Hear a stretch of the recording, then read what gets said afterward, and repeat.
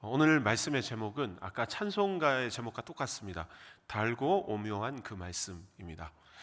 에스겔이 18세 때에 바벨론 왕 느부갓네살은 멸망의 끝자락에 있던 남유다에서 포로를 데리고 바벨론으로 가게 됩니다.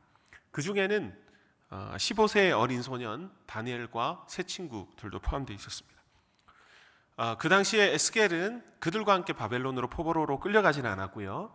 예루살렘에 남아서 사실 제사장 수업을 계속 받았습니다. 거짓 선지자들은 당시에 불안에 떨고 있던 백성들을 안심시키기 위해서 하나님께서 다시 이스라엘을 회복시키실 거라고 평안하다라고 이제 거짓 예언을 했죠.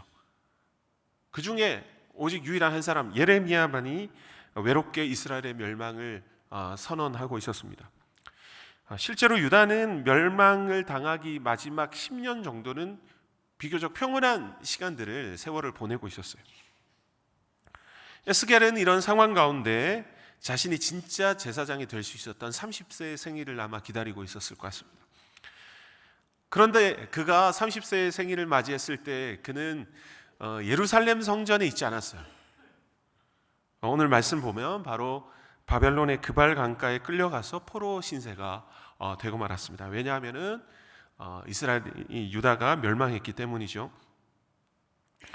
성경에 보면 그곳으로 끌려간 많은 사람들은 예루살렘 성전을 그리워하면서 울었다라고 표현을 하고 있습니다. 사실 에스겔도 별반 다르지 않았을 거예요. 예루살렘 성전에서의 제사장을 꿈꾸던 에스겔은 어느덧 패배한 신을 섬기는 실패자 제사장으로서 이스라엘과 바벨론 모두에게 손가락질을 받는 존재로 전락했을 가능성이 크다는 것입니다. 바로 그런 에스겔에게 하나님께서 찾아오시죠. 그리고 하나님은 에스겔에게 새로운 말씀을 주셨습니다. 근데 오늘 하나님께서 에스겔에게 나타나셔서 말씀하시는 이 장면 1장부터 3장까지의 장면 전환을 보면 참 좀 흥미롭습니다. 왜냐하면 1장에서는 에스겔에게 나타나셔서 하나님께서 말씀하시기 전에 하나님께서는 자신에 대해서 보여주고 계십니다. 1장에 보면 내 생물의 얼굴과 내 날개로 다니는 그 위로, 그 천사 위로 하나님의 영광이 보이죠. 근데 그것이 비참한 그발 강가의 현실 위로 오버랩되어서 이제 비치는 모습이 드려지고 있는 것이죠. 그리고 2장에 보면 메시지를 들어야 할 대상인 이스라엘 백성이 어떤 상태인지에 대해서 설명하고 있습니다.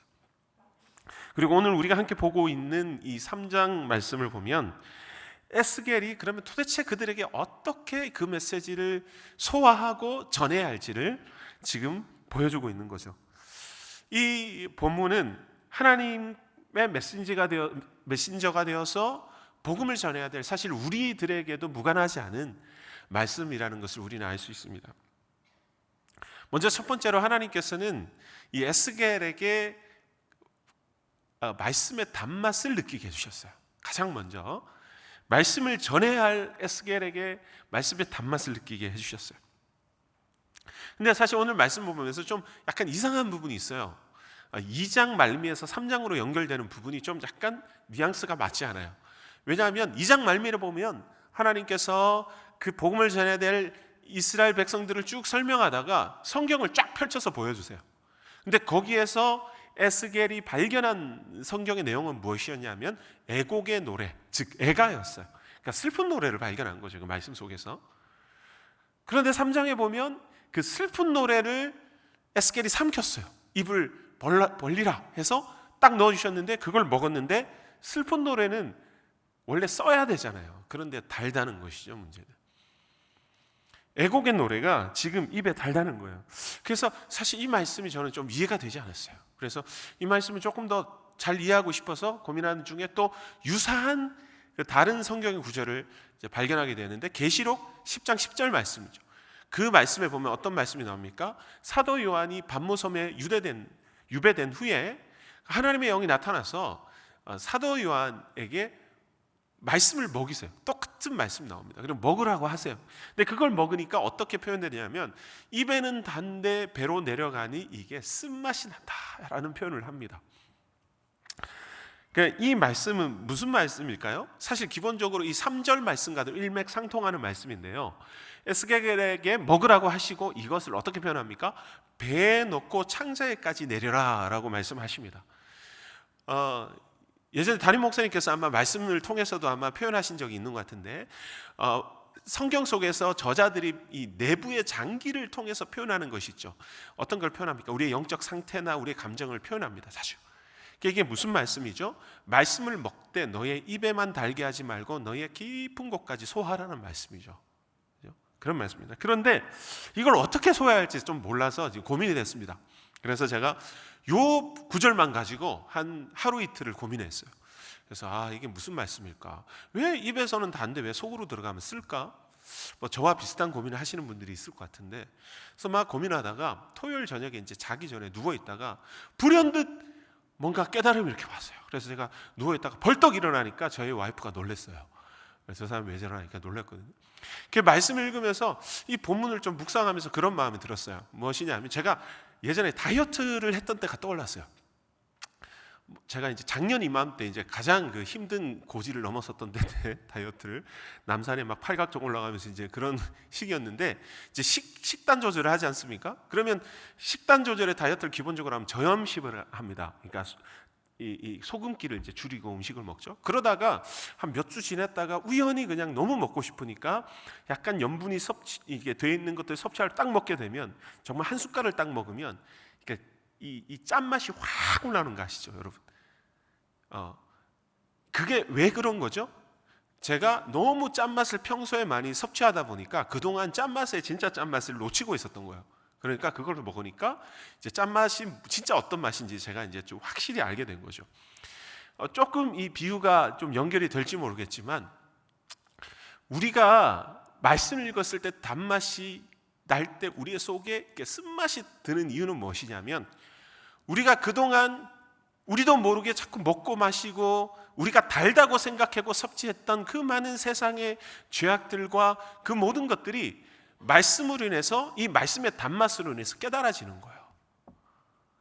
이 말씀을 먹었는데 우리가 말씀이 너무 달잖아요. 근데 이것이 진짜 우리의 몸에 들어오게 되면 우리 속에 있는 죄악의 쓴맛들이 드러납니다. 우리가 그리고 얼마나 헛된 것들에 우리가 달달한 맛을 느끼며 살아왔는지를 그 말씀이 드러내는 것이죠. 실제로 원어상의 의미도 그렇습니다.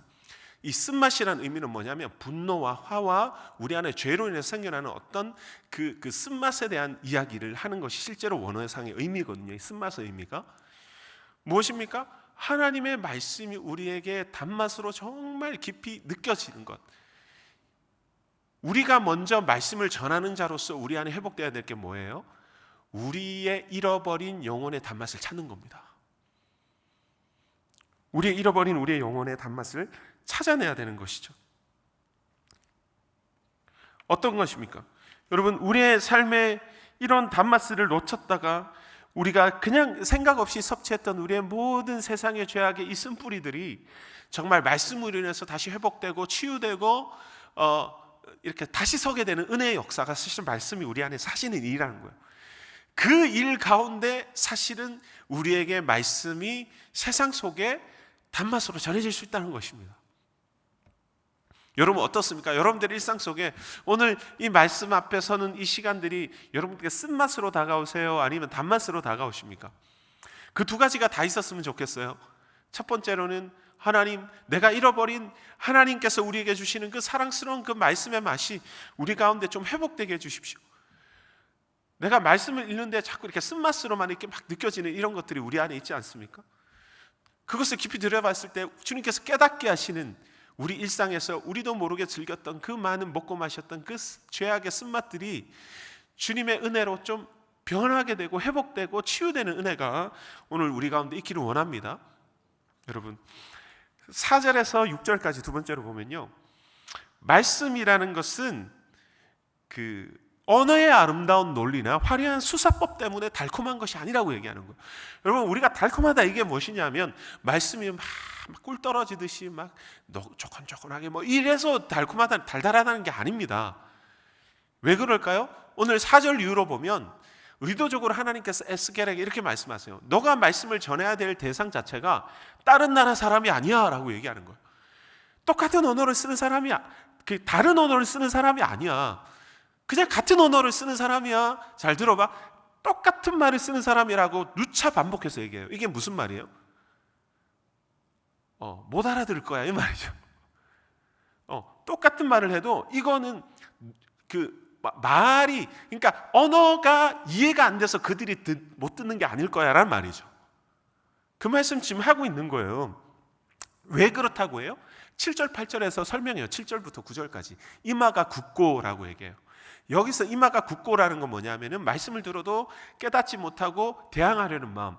이게 원어적으로 보면 어떤 거냐면 투장에서 소 있으시죠? 소 보면 있으시죠가 아니군요. 소가 있죠. 예, 소가 뿔이 달렸잖아요. 그럼 이마에 이렇게 단단함이 있잖아요. 그래서 그 소들이 이마를 가지고 싸우잖아요. 부딪혀서. 이거랑 똑같이 말씀과 부딪히고 대항하는 모습을 표현하고 있는 거예요. 우리가 실제적으로 생명의 말씀을 들고 현장에 들어갈 때 말씀을 전해야 되죠. 우리는 너무 달달한데, 우리는 너무 행복한데, 우리가 이 단맛을 가지고 가서 씨름해야 될 대상이 어떤 사람이에요? 투장의 소처럼 우리를 들이박을 준비를 한 사람들이란 거예요. 여러분, 이 역사를 우리는 어떻게 이해해야 할까요? 여러분, 이렇게 얘기합니다. 듣든지 듣지 말든지 전하라고 하세요. 왜 그렇게 말씀하셨을까요? 우리 11절을 한번 읽어볼까요? 11절을 우리 같이 한번 소리 내어서 읽어보도록 하겠습니다. 시작.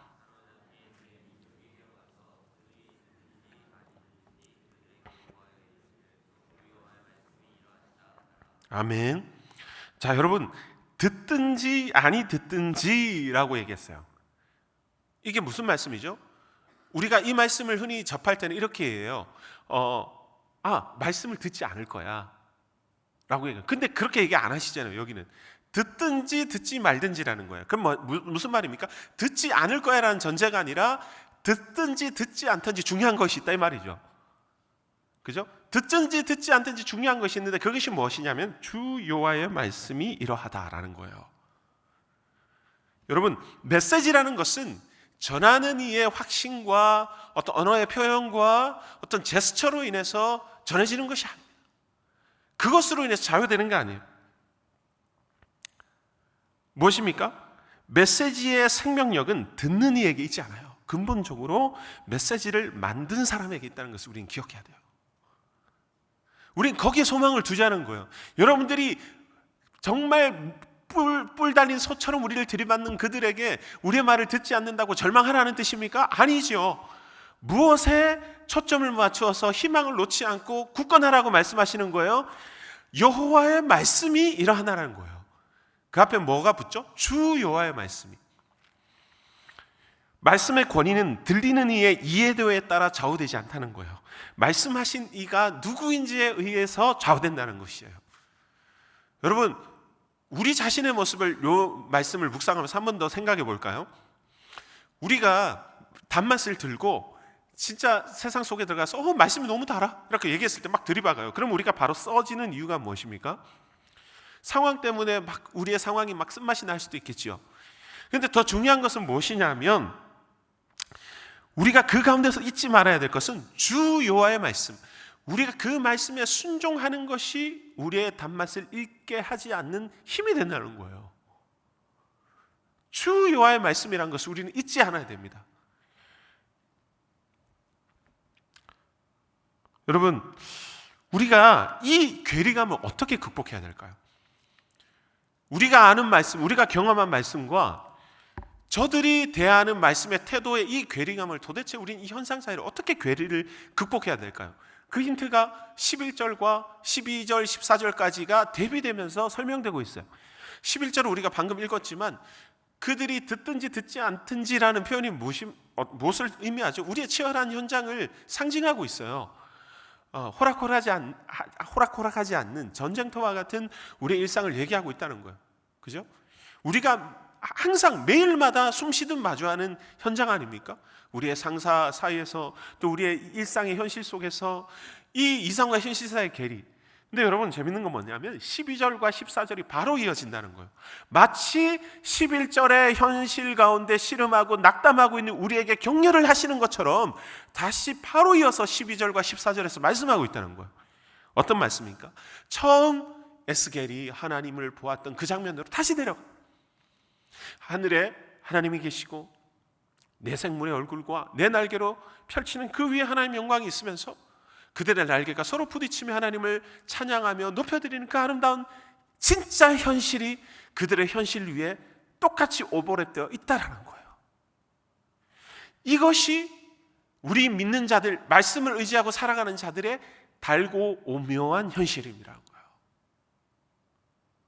우리의 그 치열한 현실 위에는 뭐가 있다는 걸 우리가 믿어야 된다는 거예요. 우리의 금발강가와 같은 그 치열한 현실 그 위에는 하나님의 영광이 우리가 맛봤고 경험했던 그 영광의 임재하심이 따라간다는 거예요. 함께 한다는 거예요. 그러니까 뭐예요? 이것이 우리에게는 영광이자 괴로움이죠. 이걸 이해하십니까? 괴로워요. 왜냐하면 얘기해봤자 이해하지 못하니까. 그들은 맛보았지 않았기 때문에, 오히려 그들에게 쓴맛으로 다가가기 때문에. 근데 뭐예요? 낙담하지 말라는 거예요. 그 괴리감에 낙담하지 말라. 여러분들의 처절한 현실 그 위에는 여전히 빛나고 아름다운 하나님의 영광이 진짜 현실로 여러분들과 함께하고 있음을 여러분을 믿으시라는 거예요. 하나님께서 그 말씀으로 여러분들의 전쟁터와 같은 현실을 여러분들 위로하고 계신 거예요. 말씀을 정리하도록 하겠습니다. 뒤에 보면요, 15절에 보면 다시 에스겔이 현실로 돌아가요. 이게 이제 성경에 보면 환상과 현실, 현실과 환상 이렇게 왔다 갔다 하는데, 이것이 어떤 신적인 메시지를 부여받는 이들을 어떤 그 현실을 표현하는 그 당시 어떤 좀 수사법이기도 했고, 또 실제로 아마 에스겔이 다시 환상 속에서 깨어 현실로 돌아간 것 같아요. 근데 어떻게 돌아갔냐면 텔아빕으로 갔다고 그래요. 텔아빕. 근데 여러분 재밌죠? 왜 굳이 텔아빕이란 말을 삽입했을까요? 그냥 그발강가라고 얘기했으면 끝났을 텐데. 텔아빕이란 게 요즘에도 있습니다. 이 지명이 어디냐면 이스라엘의 텔아비브라고 있어요. 많이 들어보셨죠? 이게 원어적으로 보면 뭐냐면 전쟁의 잔해들이 쌓여서 떠내려온 잿더미, 전쟁의 쓰레기 더미라는 뜻이에요. 무슨 말이에요? 그 영광과 대비되는 그 현실이 어디예요? 전투의 그 치열한 현장의 잔해들이 상처와 아픔이 남은 그 현실로 다시 에스겔을 데려가시는 거예요. 다시 간 거예요. 그런데 여러분 재밌는 건 에스겔이 그 다시 데려갔을 때 어떤 모습이었어요? 그 영광 앞에 막 고무가 되어서 막 가서 막 선포하고 막 여기에 이마로 막 들이받고 이렇게 했습니까? 아니에요. 오늘 보면 어떻게 말씀합니까? 거주하는 자들에게 나가서 그 중에서 두려워 떨며 치리를 벌벌 떨며 숨어 있었다는 거예요. 여러분 생각해 보십시오. 여기서 좀 위로가 되지 않습니까? 여러분 저는 위로가 됐어요. 말씀을 들고 우리가 현실에 지금 들어가면 진짜 전쟁터에 잔해들이 모여있는 그런 정말 잔해들이 있는 쓰레기 더미처럼 그런 데서 우리가 들어가요. 그죠? 우리는 떨 수밖에 없어요. 그것을 주님은 정죄하지 않으신다는 거예요. 근데 여러분 어떻습니까? 오늘 여기서 말씀하시는 것은 무엇을 말씀하고 있습니까? 말씀의 권위라는 것은, 우리가 가지고 나가는 말씀의 권위라는 것은 전하는 자의 자기 확신이나 당당한 제스처, 용기 있는 표현에 있지 않고 오히려 말씀의 진실의 깊이를 깨달았을 때 느껴지는 두려움과 떨림이 우리가 느끼는 세상의 두려움의 떨림을 넘어서게 한다는 거예요. 작은 두려움은 큰 두려움으로 넘어설 수 있다는 거예요. 이것이 바로 성경에서 얘기하는 우리가 주님을 두려워해야 하는 이유라는 거예요. 여러분 이 에스겔의 두려움의 떨림은 두 가지의 떨림이었을 거예요. 뭐냐면 첫 번째, 하나님의 거룩한 말씀으로 인한 떨림, 두려움, 경외감. 또한 현실 속에 존재하고 있는 그 상황에 대한 두려움과 떨림이 교차하고 있었을 거예요. 여러분 그것을 어색해하지 마시기 바랍니다. 그것을 밀어내지 마시기 바랍니다. 있는 그대로 받아들이시기 바랍니다. 그리고 에스겔처럼 기도하시기 바랍니다. 그리고 우리에게 정말 오늘 이 말씀을 통해서 우리의 현실 속에 견뎌내게 하시고 이겨내게 하시는 그 주님의 정말 깊은 깨달음이, 그 단맛이 정말 여러분들의 한 분의 한 분의 마음 가운데 충만히 임재하시기를 원합니다. 여러분, 말씀을 정리하도록 하겠습니다. 우리 모두에게 말씀이 주어졌어요. 복음을 맡은 우리가 해야 될 일은 첫 번째 뭐라고요? 말씀의 단맛을 회복하는 거예요. 단맛을 느끼는 거예요. 그리고 우리 안에 죄악의 쓴맛들을 깨달아내는 것입니다. 그리고 세상의 쓴맛을 깨닫는 것이요. 근데 우리가 들어갔을 때 현실이 우리를 낭망하게 할 것입니다. 듣지 않을 것입니다. 하지만 그럼에도 불구하고 우리가 집중해야 될 것은 무엇입니까? 말씀을 주신 이에게 순종하는 것이죠. 그 단맛을, 그 치열한 전쟁터 안에서 우리에게 정말 달고 오묘하게 느껴지는 그 말씀이 우리의 삶을 이겨내게 하시고 버텨내게 하시는 것이죠. 여러분, 오늘 그렇게 우리의 삶 속에서 말씀에 먼저 두려워 떨고, 행여나 우리의 삶이 우리를 두렵게 떨린다 할지라도 하나님 앞에 엎드리는 참된 예배자가 되어서 더 큰 두려움과 경외감이 작은 두려움들을 이겨내고 넘어서게 하는 은혜가 우리 가운데 충만하기를 주님의 이름으로 축복합니다. 이 시간에 우리 함께 오늘 하루를 주님께 드리면서 기도하시다가 돌아가도록 하겠습니다. 기도하시겠습니다. 살아계신 아버지 하나님, 주님 기도합니다. 하나님, 주여 오늘 이 시간에 우리에게 말씀하시는 주님의 그 말씀을